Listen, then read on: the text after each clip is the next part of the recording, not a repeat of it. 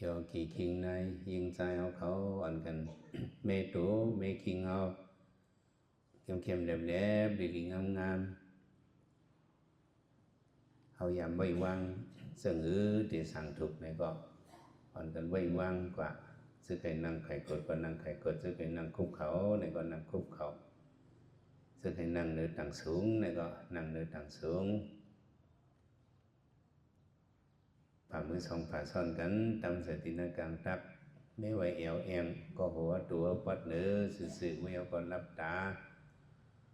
บวนรับตาเยวนี่ก็เต็บตัดในเสือวะตัวขันเท้าใน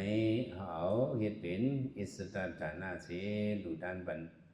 ทำดีพระเป็นเสาเยาวเนาะในกบัวเขาเอาสุดหลัวเลยมันใจตัว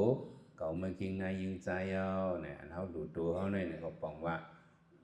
hao đẹp bệt sắm yo xin tuổi hao bỏng vạ hao đẹp bệt đi thi sẽ để đi thi anh hao bên tuổi cậu mới kinh ngay dương trai nên này bỏng hao chun đủ vấn ra bên sau nhau phong mới hao năng cảnอยู่ในnày hao hếtเป็นอิสระฐานะnày hếtเป็นตั้งดูตั้งตันเขาเหตุการณ์ภาวนามานั่นเนี่ยตาหน้าก็เขาป้า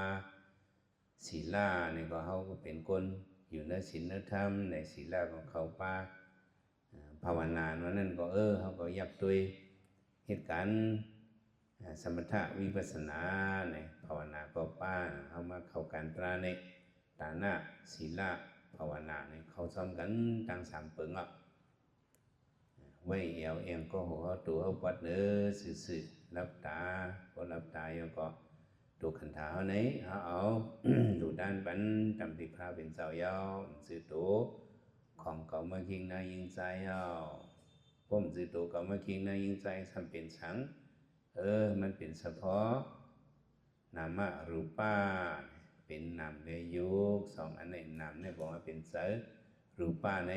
ว่าเป็นตัวเนี่ยจะมีตัวเสือเนี่ย2 ปึงในก็เอามีเก่ามาเคียงนายิงใจเนี่ยในผมว่าเอาอย่างตั้งหัวเลยอะไรเข้าสู่ที่เนอนามารูปะปริสิตาญาณถ้าไม่ยงนำ2 ปึง2 ป้าในก็ ยุ่งดอกอยู่ไรเป็นมาซื้อพระพันธีบงเถาราพระรงผ่านมาก่อนใช่มันอิงปึงเลยลองตั้งพรปังอันห้องว่าจ้องจูเสร็จเลยเปลี่ยนมาเนี่ยเดี๋ยวเลยปองใส่ทันเนี่ยอันตั้งพอเยาก็แต่เขาได้สืบยักการตรานั้นได้ละเอียดการเสนิม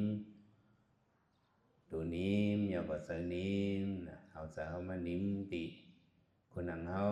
ก็มีไว้เฉพาะตาลมเขาและลมออกในเขาเดี๋ยวให้เป็นตีมัดเสือเขาหุดเข้าเนี่ยก็เข้าเย้าเนี่ยให้หูมือเขาตึงออกมาเนี่ยก็ออกเย้าเนี่ยให้หูเข้าก็หูออกก็หูเนี่ยบอกว่าเขาไว้สติผัดตัวเขาการตราหน่อยนั้นเสือเขาอย่าไปผัดตัวเขานั่นเป็นเปิงลงมันอย่างนั้นแหละเอาเสือไว้ดีลมเข้าลมออกเขาหุดเข้าเนี่ยก็เข้าเย้าให้หูเขาตึงออกเนี่ยก็ออกแล้วเนี่ยให้หูอย่าไปถุยเพิ่งอย่าไปถุยเทิงถุยประมาณมันให้หูจอมในมันเป็นการทิ้งให้ได้ใจเขานิ่มเพราะปั่นการมันไว้เพราะในซึ่งใจเขาไหนมันได้กับวนเมียว1 เมียว2ที่กับวนขึ้นอันเก่าก็จังเป็นไรที่กับใครใจเป็นตามื่นนาก็จังเป็นไรมันได้เป็นใน2 อันนี้อย่างนั้นแหละอย่าไปปั่นมันวนอันตั้งหลังก็อย่าไปปั่นวนอันตั้งหน้าก็อย่าไปกับใครเจอเอาปิสุปัญญาพองแต่งเสริมต้องเมียนมือเนี่ยเอาเจอเขาต้องที่ลมเขาลมออกเขาในอันตั้งเขาหมายต้องสติดีลมเขาลมออกในเนี่ยมันดึกเป็นทันการ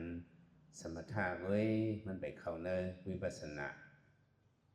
มันถึงเป็นการสมถะเฮ็ดให้ใจนิ่มการสมถะหน่อยนั้นบอกว่า เอาอายุที่เฉพาะปิญญาเสเลเฮ็ดให้ใจนิ่มนั่นเป็นสมถะคุณหนังเนี่ยก็มันเป็นเฉพาะปิญญาลมเนี่ยก็เป็นเฉพาะปิญญาเนี่ยเอาเฉพาะลมและคุณหนังใน เนาะมาที่ตื้อกันในเป็นเฉพาะปิญญาในเอาอายุที่เฉพาะปิญญาในเป็นการสมถะซึ่งเฮ็ดการสมถะที่เรียกว่าเนี่ยก็เป็นก็ด้วยที่เอาเสวยที่คุณหนังเฮาในเอาอายุด้วยที่ลมเข้าลมออกเนี่ยมันสมมุติหันน้ำมิกมันกว่าสมมุติหันเจ้าหนังก้นหลุดเลียนยานั่นก็หันบ้านลมเนี่ยว่าจะไหนลมเนี่ยเข้าออกที่คุณหนังกว่านั้นงงควันไฟลงนั่นหมุนเข้าหมุนออกเนี่ยเป็นเหตุการณ์สนิมบนเหตุนั้นน่ะการเฮาได้ก็รับรู้แต่นั้นให้เฮามีสติเสียแล้วฮู้ว่ามันเข้าแล้วหัวออกก็ยามที่จะเป็นเมื่อเข้ายามแต่เหลียวเป็นมือออกเนี่ยให้ฮู้หมอกแต่ในก็ มันกลุ่มทนตาดีเป็นสมาธิสนิมปุณตาเฮาโยกิมาเฮ็ดการตราเข้ายาม10วันเนี่ยให้ได้ต้องหมายลมเข้าลมออกนั่นก็มันกลุ่มทนเนาะว่าหึงมา ลมเข้าลมอ่อนเฮาเนี่ยลมเข้าลมออกเฮามันบ่อ่อนกว่าเนี่ยกูนเฮามันดีใครเหงานอนสุดนอนมาก็สั่งเป็นว่าเฮาคู่ตัวเฮาเนาะเฮาเหงางุบกัน1 กำ 1 เก็บ 1 กำเฮาก็โหเฮางุบลงมาดังหน้าเนี่ยก็สติสมาธิก็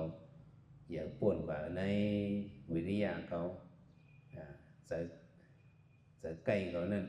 มันให้ถึงกว่านึกกว่าในเมสเล็ดขึ้นใจเฮาตัวเฮาไม่ไหวขึ้นเอวเฮาเฮาซื่ออย่าไปคำเอาจิในกลมจ้อมงุบจ้อมเท่านั้นอันนั้นปันเข้ายามมาซุ่มไหลที่นามิตะการตารับตานอนอะไรมันกินข้าวยามเฮานำสิเปิ้นอ่ะเฮาเป็นโกนมาเนี่ยอันเฮาเหตุการณ์นั้นตรงๆหนึ่งในมีอยู่ครึ่งนึงอันเฮานอนนั้นก็มีอยู่ครึ่งนึงที่นามิตะเนี่ยเฮานอนมานำเนี่ยเนาในมันนังตะลาก็ยังถึงมาเคยเหงารับเหงานอนนั้นเมสติขึ้นเนาะอย่าไปแห้งกลมนะเพียวมีไว้เอวเขาซื่อไม้ต้องลมเข้าลมออกว่าจะเขาพงกว่าปิวกว่านี่ก็หูขึ้นสติขึ้นอย่าไปยาวจนมันติ๊กขึ้นเอามาไว้ขึ้นลมเข้าลมออกมันพงกว่า10 ปอกเขาขึ้นเอาเลย10 ปอกก็เอาเลยสมาสติ10 ปอกมันพงกว่าปากปอกเขาขึ้นต้องสติเอาเลยปากปอกก็เขามีสมาสติปากปอกอย่าไปว่าเจอเขาเนี่ยเป็นนิ่มเลยนิ่มเสียก็เสียเนี่ยเพราะว่าเจอเขาแห้งพงแห้งผิวน่ะเนี่ยก็เอาไล่อัตถกถาเขาเจ้าสอนบันกันนานิยะมันมีเนาะกันนานิยะล็อกไล่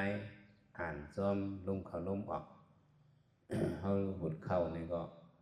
หุดเข้าหุดออกนี่ก็เข้าเย้าออกเย้า1เข้าเย้าออกเย้า2เข้าเย้าออกเย้า3ให้ในอ่านต่อถึง10พอเย้าเนี่ยก็ขึ้นเมตเตขึ้นอ่านต่อถึง10ให้ไหนอันนี้ก็เป็นไล่เอาลมเข้าลมออกอานาปานุสติขณะนั้นนิยะเนี่ยนี่เป็นไล่อ่านเสียแล้วเอาลมเข้าลมออกเนี่ยก็ไล่นี่จะเป็นท่าน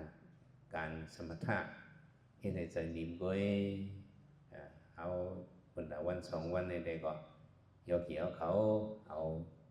สมาธิอันตั้งให้ก่อนก็ว่าเขาอยู่มาตั้งปีตั้งเดินเลยใจเขาเนี่ยมันหอมมันตอมกันเลยเอาขึ้นมาเข้าปังตราเนี่ยก็เป็นแต่2 วันเนี่ยอะไรเอาสมาธิหมายต้องกว่าเขาปดตราเขาลงมือเนี่ยก็เมื่ออิงนั่งอยู่ที่นั่งที่นอนเขาจะนั่นก็ใจเขาอย่าไปผัดลมเข้าลมออกเขาอะไรสติหู้จอมลมเข้าลมออกเนี่ยกูเขียนกูเข้าอ่านด้วยว่าลงก็ตั้งแต่ในอ่านต่อถึง1 ปากแล้วนี่ก็อ่านเนี่ยไปครับอ่านได้อยู่อย่าไปให้เจอเขาพงอย่าไปให้เจอเขาผิวในเป็นอานาปานุสติมันเป็นเงากรรมฐานตรงเงาเนี่ยมันในก็ยกเกี่ยวเขาอ่อนกันสืบอ่านลมเข้าลมออกเอาลมเข้าลมออกให้สืบยักตะลาเขากวาดแทงนี่ก่อน